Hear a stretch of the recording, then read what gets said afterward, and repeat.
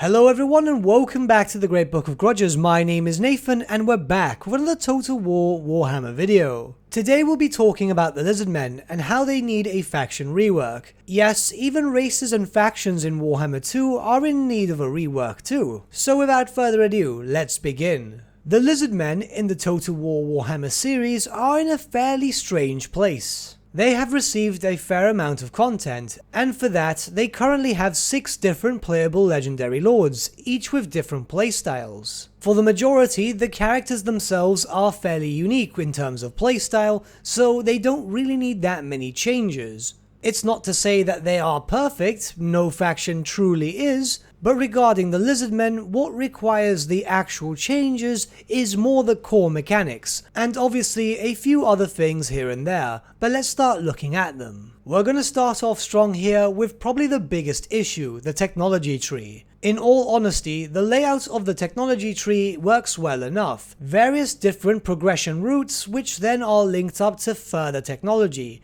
The big issue here is that every main branch is tied to a building. Well, multiple buildings if you want to be specific, and that can be a bit of an issue. Some of these buildings are only really useful very early game, and others are downright ignored in most cases other than building them for just the research ability. It becomes rather tedious, as the only way you'll be able to gain access to these research trees is by actually expanding as much as possible, because you will require more and more building slots. The problem here is that as you're expanding, it's more than likely you're going to focus around the buildings that you're already used to, those which either produce certain units or certain benefits. Sure, you could construct the buildings that you have no real interest in other than just unlocking the specific branch and then deleting them. However, in some cases you'll completely forget about the building itself. Say in an example, you are not a fan of skinks, but prefer a Saurus and Kroxigor build.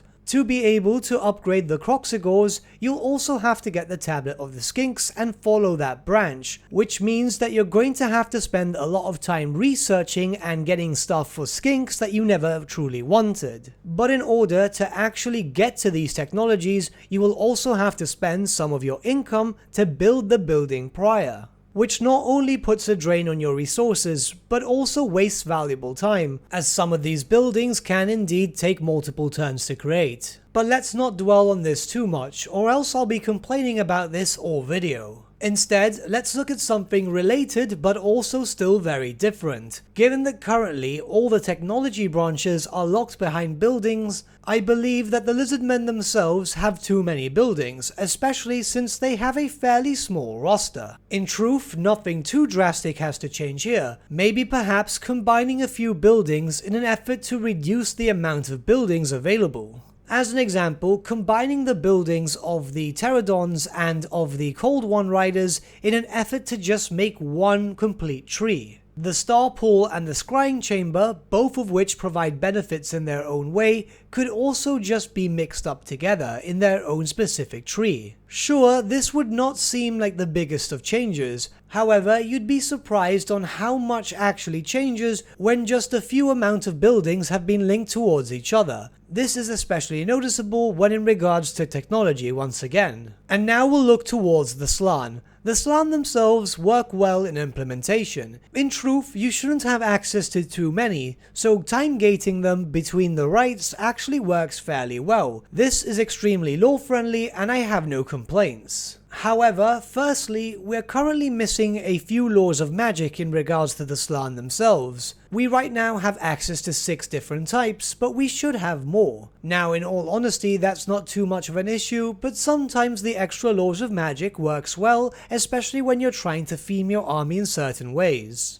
In regards to the recruitment of Slann, I believe it should be handled a bit differently. Say you activate the right and now you get access to a new table. This new table will allow you not only to pick what lore of magic your Slann has, but what generation they're from. Naturally, due to lore reasons, you should only be able to, say, construct your Slann from the 3rd to 5th generation. So say for example, you wanted to pick a Lore of Death Slann from the 5th generation. This Slann itself would be weaker than the others in terms of stats. It'd still be powerful because at the end of the day it is still a Slann, but nothing incredibly wow-worthy. However, since you've decided to go for a 5th generation Slann, the cooldown on the right to recruit a Slann would then be reduced to signify that you've recruited a much weaker 5th generation Slann than a much stronger 3rd. I envision this that the 4th generation Slann would be the standard point for normal recruitment through the right.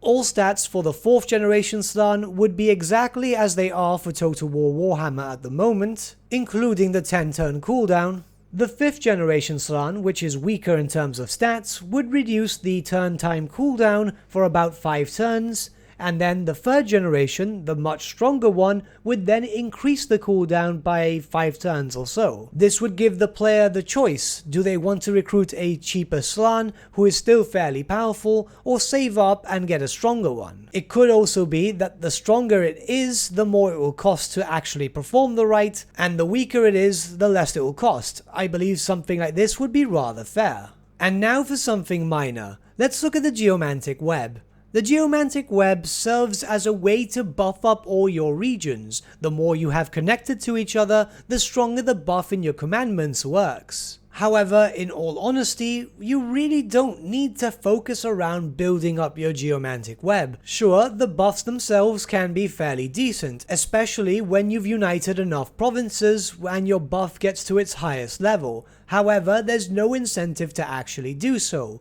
Even with just the weakest buff, you're pretty much set to go. Honestly, I believe there should be a new mechanic implemented, a sort of a side quest system, where you would actually have to go and make your way to different locations of interest in order to strengthen your Geomantic web. Completing these sort of side quests will give you money, blessed units, and maybe even strengthen the Geomantic web even more so than it currently is. Say for example, if you play as Mazdamundi who starts in Hexotal, and you get a quest to link your main capital all the way down to Itza. Bear in mind once again that this is only an example. From there, you would get a decent amount of money, as you would obviously have to have campaigned for a decent amount of time, and possibly even have a trigger event, which would refresh all the cooldowns from your rites, meaning that you could then perform your rites once again anew. Obviously, I'm just spitballing here, but it would make it far more interesting than, well, just ignoring it unless you actually need it. And let's be honest, unless you're really playing in harder difficulties such as Legendary, you're not really going to need it.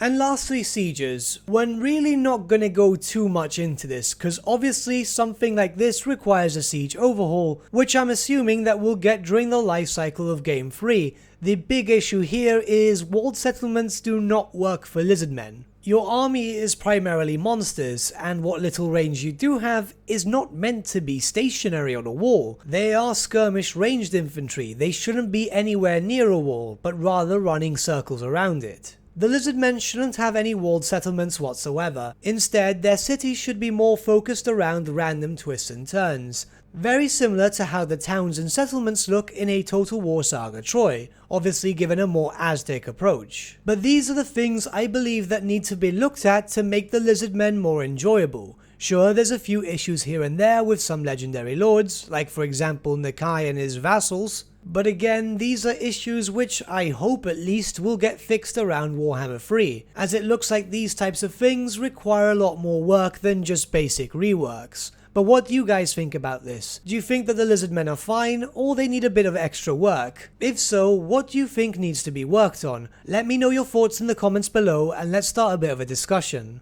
But with that, my friends, we've come to the end of our video. Thank you so much for watching. If you did enjoy the video, might I suggest giving the video a like, or even subscribing to the channel, as it really does help us out.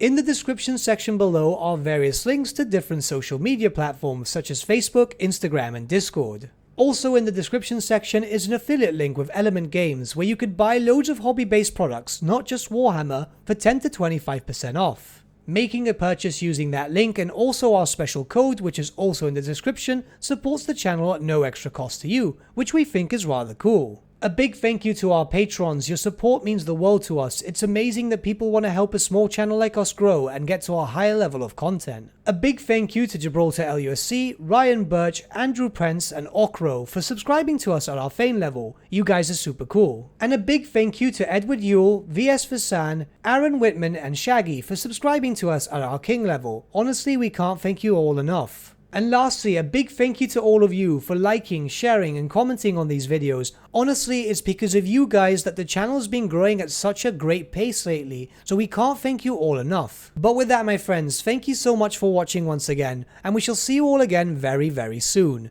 Have a good day.